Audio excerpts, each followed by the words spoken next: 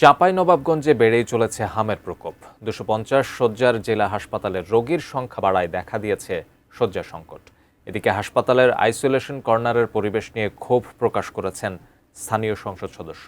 হাসপাতাল isolation word থেকে এ বিষয়ে বিস্তারিত জানিয়েছেন প্রতিনিধি মোহাম্মদ নাদিম হোসেন।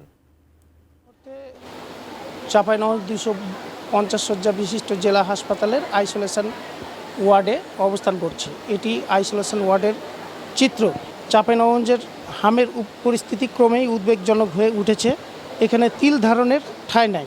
আমি যদি আপনাকে আজকের পরিসংখ্যানটা একটু জানাই, আজ নতুন ভর্তি ১৫ জন শিশু।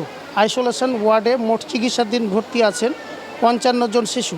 বছরের শুরু থেকে এ পর্যন্ত জেলায় ৩৬৪ জন হামে আক্রান্ত হয়ে হাসপাতালে ভর্তি হয়েছেন।